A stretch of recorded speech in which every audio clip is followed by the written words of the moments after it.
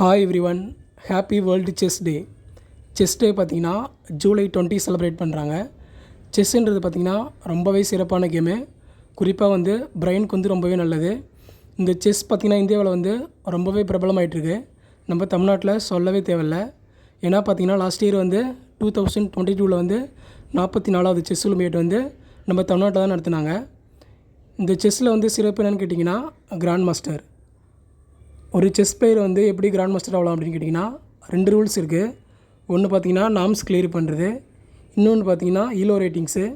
இந்த norms clear பண்ணுறதுன்னா ஒரு டோர்னமெண்ட் என்னென்னா அதில் பெஸ்ட்டு ரிசல்ட் காமிக்கிறது. ஈலோ ரேட்டிங்ஸ் என்னென்னா அந்த 2500 பாயிண்ட்ஸ் அச்சீவ் பண்ணுறது.